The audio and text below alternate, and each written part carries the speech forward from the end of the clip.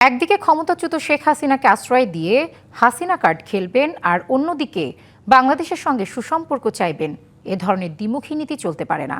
ভারতকে উদ্দেশ্য করে এমন কথা বলেছেন স্বরাষ্ট্রমন্ত্রী সালাহুদ্দিন আহমদ। আরও বলেন, দেশটিতে শেখ হাসিনার রাজনৈতিক তৎপরতার দায় ভারত এড়াতে পারে না। আর রুহুল কবির রিজভী বলেছেন, পতিত সরকারের প্রধানকে কথা বলার সুযোগ দিয়ে দুই দেশের কূটনৈতিক সম্পর্ককে প্রশ্নের মুখে ফেলেছে দিল্লি। জুলাই অভ্যুত্থানের 2 বছর পূর্তি উপলক্ষে আলোচনা সভার আয়োজন করে ঢাকা বিশ্ববিদ্যালয়ের বিএনপিপন্থী শিক্ষকদের সংগঠন সাদা দল। এ সময় ফেসিবাদের দোসরদের ফেরাতে যারা নমনীয় সুর দেখাচ্ছে তাদের বিরুদ্ধে সতর্ক থাকার আহ্বান জানান প্রধানমন্ত্রীর উপদেষ্টা রুহুল কবির রিজভী।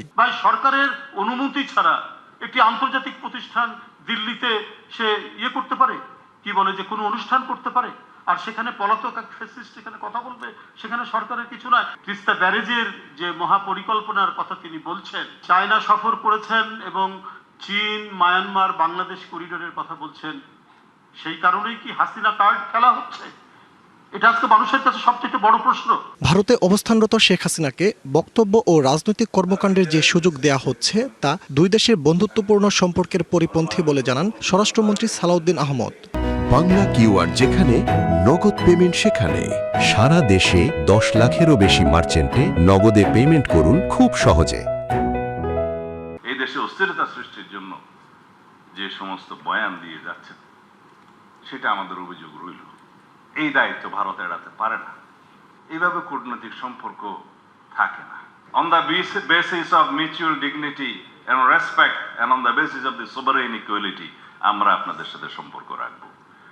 তার মানে এই না আপনারা হাসিনা কার্ড খেলবেন আর বাংলাদেশের সাথে বন্ধুত্বপূর্ণ সম্পর্ক চাইবেন, দুটো বিপরীতমুখী।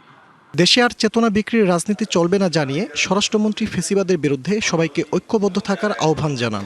নতুন দলের নতুন বন্ধুদের পুরাতন বন্দোবস্তের রাজনীতি বাংলাদেশে আর হবে না, চেতনা বিক্রির রাজনীতি বাংলাদেশে আর হবে না।